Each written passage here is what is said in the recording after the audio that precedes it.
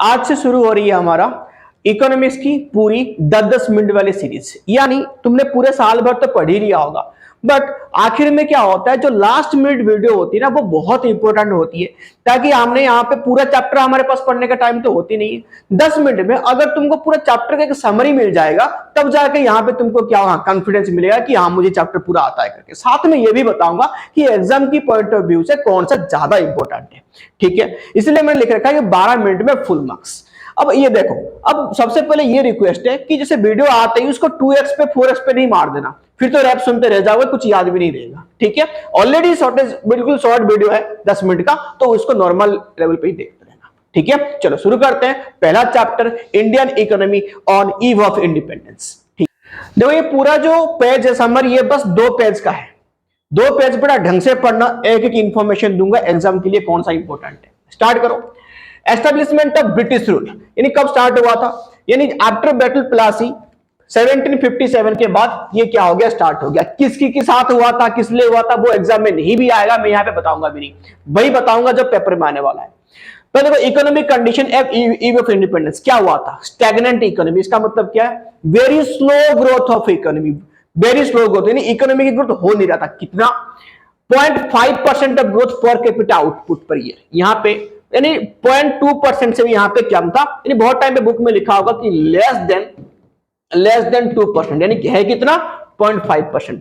अब यहाँ पे मैं लिखा है बीके आरबी राव। इसका मतलब क्या है, बहुत टाइम पे क्वेश्चन में पूछता है कि who is the significant economist whose opinion taken as per capita output per year. वो सिग्निफिकेंट इकोनॉमिस्ट कौन है, वो है बीके आरबी राव। याद रखना, ये एग्जाम में पूछ सकता है एमसीक्यू में। उसके बाद सेक्टर वाइज कंडीशन हम पढ़ने वाले। तो पहला तुम्हारा कौन सा सेक्टर है, एग्रीकल्चरल सेक्टर। एग्रीकल्चर सेक्टर पहले यहाँ पे क्यों, ऐसे क्यों आया, क्योंकि यहाँ पे देखो उस टाइम पे ईव ऑफ इंडिपेंडेंस पे कुल मिला के डायरेक्टली हो इनडायरेक्टली हो 85% जो पॉपुलेशन थी वो किसके ऊपर डिपेंडेंट थी, एग्रीकल्चर के ऊपर। अब सबसे पहले हम अभी पढ़ने वाले हैं कि एग्रीकल्चर में क्या क्या प्रॉब्लम था जिसकी वजह से हमारा प्रोडक्शन इतनी स्लो था, ग्रोथ इतना स्लो था। पहले परमानेंट सेटलमेंट सिस्टम 1793, यानी उस टाइम पे कॉर्नवालिस थे। कॉर्नवालिस ने इन्होंने क्या किया, एक सेटलमेंट सिस्टम लगा दी, परमानेंट सेटलमेंट सिस्टम इसको बोलते हैं। इसमें क्या होता था कि एक स्टिपुलेटेड अमाउंट ऑफ टैक्स, यानी जिसको बोलते हैं हम लगान, बोल लेते थे हम किससे, टीलर से। ये सिस्टम ऐसा था तुम्हारा, क्या था, यहां पे हो गया ब्रिटिश गवर्नमेंट, फिर यहां पे क्या हो गया, जमींदार, ये मिडिलमैन थे जिसको बोलते हैं हम ओनर्स ऑफ द जमीन, ये सारे। फिर आजा लास्ट में क्या था तुम्हारा, टीलर सॉरी कहते हैं यहां पे टीलर, यानी ये जमीन में काम करेंगे, इनको टैक्स देंगे। वो टैक्स किसको जाता था, ब्रिटिश गवर्नमेंट को, है ना। इस रेट को हमने क्या बोल दिया, लगान, इस सिस्टम को। अब एक चीज सुनना, अगर लगान यहां पे ये लोग नहीं दे पाए तो ये क्या बन जाएंगे, लैंडलेस बनते थे ये। तो ये इनकी पूरा कहानी था। यानी जो इन्वेस्टर थे, जो ओनर थे, जिनको एक्चुअली जमीन के ऊपर इन्वेस्टमेंट करना चाहिए, उन्होंने कुछ भी नहीं किया, ओनली शेयर लिए किसमें, प्रॉफिट में। तो इसलिए ये क्या हो गया, स्टैग्नेंट हो गई। उसके बाद आ जाओ, यहां पे क्या हुआ, कमर्शियलाइजेशन ऑफ एग्रीकल्चर। देखो कमर्शियलाइजेशन होना अच्छी बात है, बट जितनी सारे हमने रॉ मेटेरियल यहां पे उगाया, कैश क्रॉप उगाया, सब कहां चला गया, ब्रिटिश इंडस्ट्री में चला गया। क्योंकि हमारा उनके मेन मोटिव क्या था, 2-fold motive, India raw material लेना और इंडिया को वापस फिनिश गुड्स बेचना, यानी ट्रीटमेंट करना पूरा इंडिया को एज ए मार्केट। तो इसलिए यहां पे क्या हो गया कि हमारा कैश क्रॉप तो होता था, बट हमको कोई फायदा नहीं होता था इंडियन को। तो इसलिए ये भी नेगेटिव पॉइंट है। Low level of productivity, low level of productivity का मतलब क्या है, no investment by the owner, lack of technical education skill. मैं बोला अभी कि जो ओनर थे, जमींदार थे, वो ओनली शेयर में पार्टिसिपेशन करते थे, कोई इन्वेस्टमेंट उनका था ही नहीं। उसके बाद जो हमारे एग्रीकल्चर था वो एक किसकी मेथड, यानी प्रिमिटिव मेथड, यानी ओल्ड ट्रेडिशनल मेथड में काम करता था, कि इसके ऊपर कोई एजुकेशन नहीं, कोई स्किल नहीं। तो इसलिए यहाँ पे क्या होता है, और सबसे बड़ी यहाँ पे लिखा हो कि हाईली डिपेंड्स अपॉन मानसून, यानी जब बारिश अच्छी होगी तो फसल अच्छा होता था, क्योंकि इरिगेशन फैसिलिटी हमारे पास थी नहीं। तो ये हो गया अबाउट एग्रीकल्चर। अब आ जाओ इंडस्ट्रियल सेक्टर। इंडस्ट्री में क्या क्या था देख लो एक बार। हमारे पास उस टाइम पे एक ही इंडस्ट्री थी, क्या थी वो, हैंडीक्राफ्ट इंडस्ट्री। एक्चुअली मतलब बिल्कुल लेट 19 में, यानी 1907 में तो हमारे पास क्या आया, टिस्को। टिस्को आया, बट उससे पहले इतनी हमारे पास कोई खास इंडस्ट्री था नहीं। मैंने बोला अभी क्या, हैंडीक्राफ्ट इंडस्ट्री था बस, ठीक है। यानी यहां पे क्या हुआ, वो हैंडीक्राफ्ट इंडस्ट्री को इन्होंने क्या कर दी, खत्म कर दी। किस लिए खत्म हुआ, due to two fold policy. यानी फोल्ड वन में यहां पे क्या लिखेंगे, export of raw material to Britain, और फोल्ड टू क्या है, import of finish goods, FG finish goods from Britain, from क्या आ जाएगा, ब्रिटेन। ये हमारे दो फोल्ड था, ब्रिटिशर्स ने इसको चलाया था कि भाई यहां से रॉ मटेरियल एक्सपोर्ट कर दो कहां पे, ब्रिटेन में, और वहां से इंपोर्ट करो। तो ये इंडस्ट्री कहां पे होगा, ब्रिटेन में होगा। तो यहां पे तो कुछ डेवलपमेंट हुआ नहीं, इसलिए हमारी इंडस्ट्री भी खत्म होगी। इसको इंप्लीमेंट करने के लिए, प्लान करके आगे बढ़ाने के लिए इन्होंने क्या किया, टैरिफ पॉलिसी लेके आया, जिसके नाम क्या था, डिस्क्रिमिनेटरी टैरिफ पॉलिसी। यानी ऐसे टैक्स में इंडियन को बांध दो ताकि ये एक्सपोर्ट और इंपोर्ट में इनकी हाथ बन जाए, और ये पूरा का किसके ऊपर डिपेंड हो जाए, ब्रिटेन के ऊपर। क्या करा, यानी यहां पे पॉलिसी लगा, पहले क्या, फ्री, यानी बिल्कुल टैक्स फ्री कर दिया गया। किसको कर दिया गया, import of finish goods, import of finish goods. जो फिनिश गुड्स था तुम्हारा, उसको क्या कर दिया गया, टैक्स फ्री कर दिया गया। क्या कर दिया गया, tax free, import of finish goods.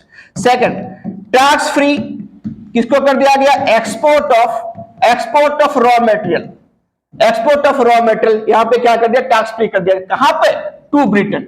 Only जो ब्रिटेन को तुम ट्रांसफर करोगे ना, तो उसको भी टैक्स फ्री कर दिया गया। जो तुम्हारा पॉलिसी में था ना, टू फोल्ड पॉलिसी, वो दोनों में टू ब्रिटेन क्या हो गया, टैक्स फ्री कर दिया गया उनको। बाकी अगर तुम कुछ भी एक्टिविटी करते हो, सबके ऊपर इंपोजिंग इन्होंने क्या कर दिया, हाई टैक्स। फिनिश गुड्स किसी और कंट्री को तुमने इंपोर्ट करो बाहर से, और बाकी किसी भी कंट्री से तुम्हारा कोई रिलेशनशिप होना नहीं चाहिए। अगर तुम करोगे तो इसके ऊपर क्या आ जाएगा, हाई टैक्स आ जाएगी।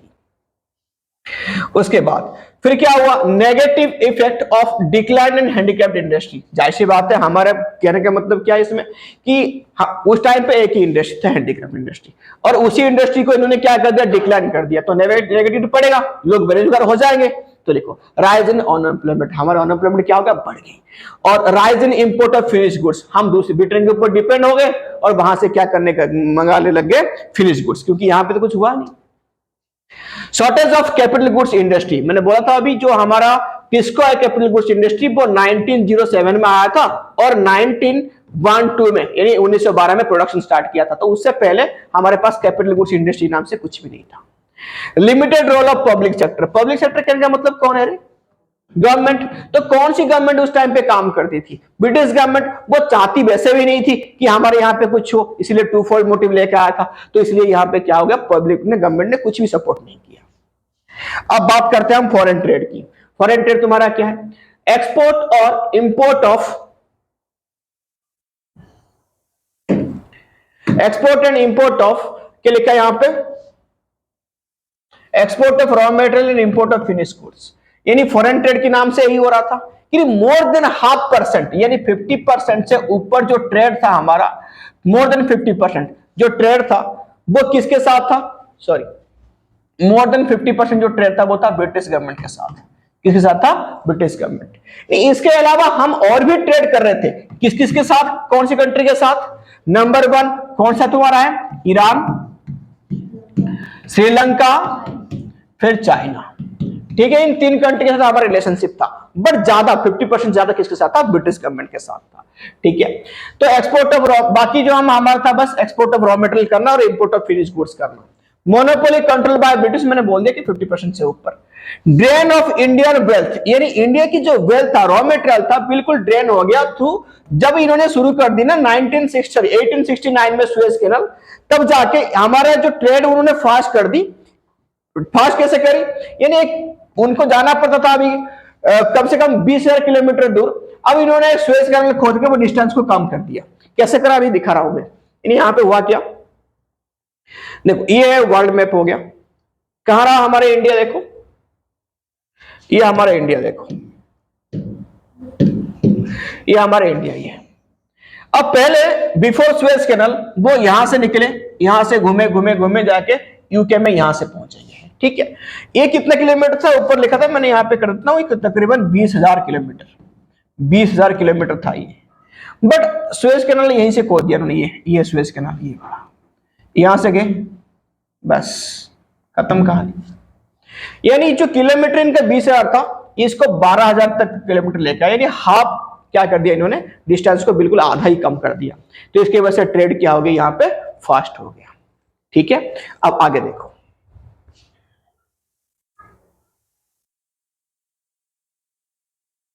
क्वेश्चंस, क्या क्वेश्चन इसमें, अगर क्वेश्चन ये दिमाग में आ रहा होगा कि हम इतना ट्रेड फास्ट कर रहे थे, यानी उस टाइम पे बोला कि दो at eve of independence India was a BOP surplus country, यानी बीओपी सरप्लस क्या है, यानी हमारा जो एक्सपोर्ट है वो ज्यादा हो रहा था और जो इंपोर्ट है वो हो रहा था कम।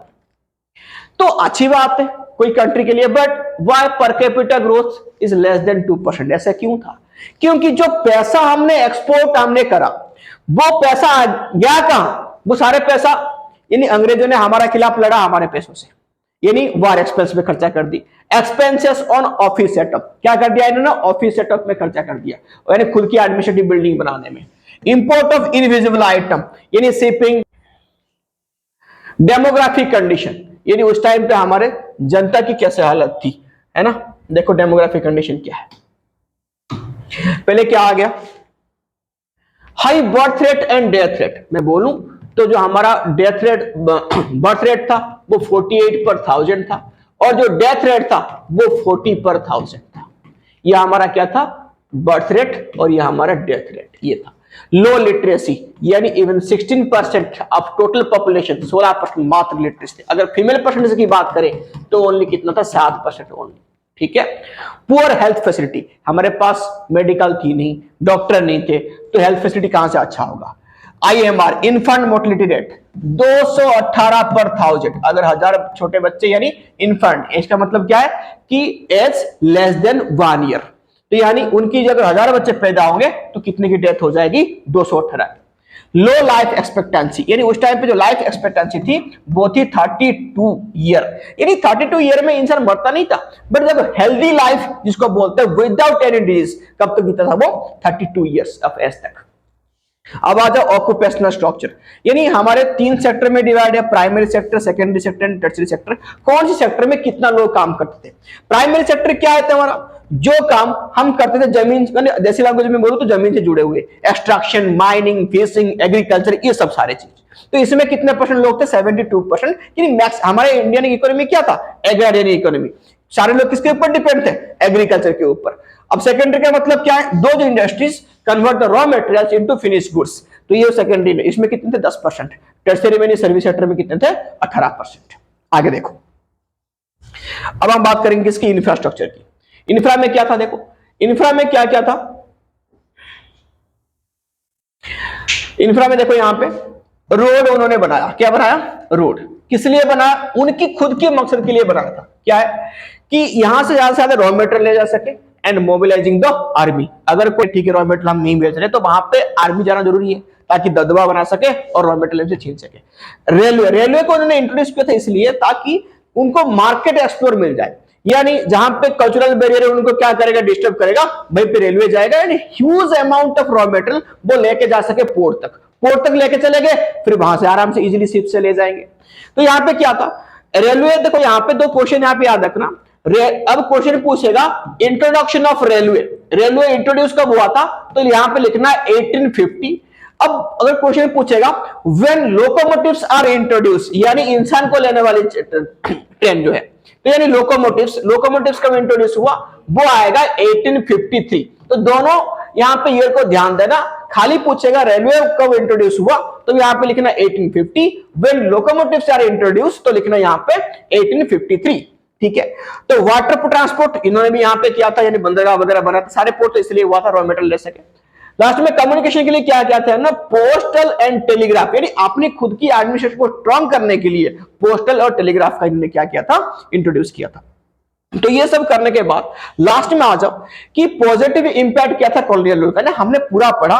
ड्यू टू 2-fold मोटिव इन्होंने पूरा खत्म कर दिया था इंडिया की इकोनॉमी को, बट फिर भी कुछ पॉजिटिव्स यहां पर रह गए। ये बहुत इंपॉर्टेंट क्वेश्चन है, एक क्वेश्चन तो हो गया इंपॉर्टेंट क्वेश्चन एग्जाम के लिए, 2-fold मोटिव क्या था, वो क्या था, वो इंपॉर्टेंट डालना।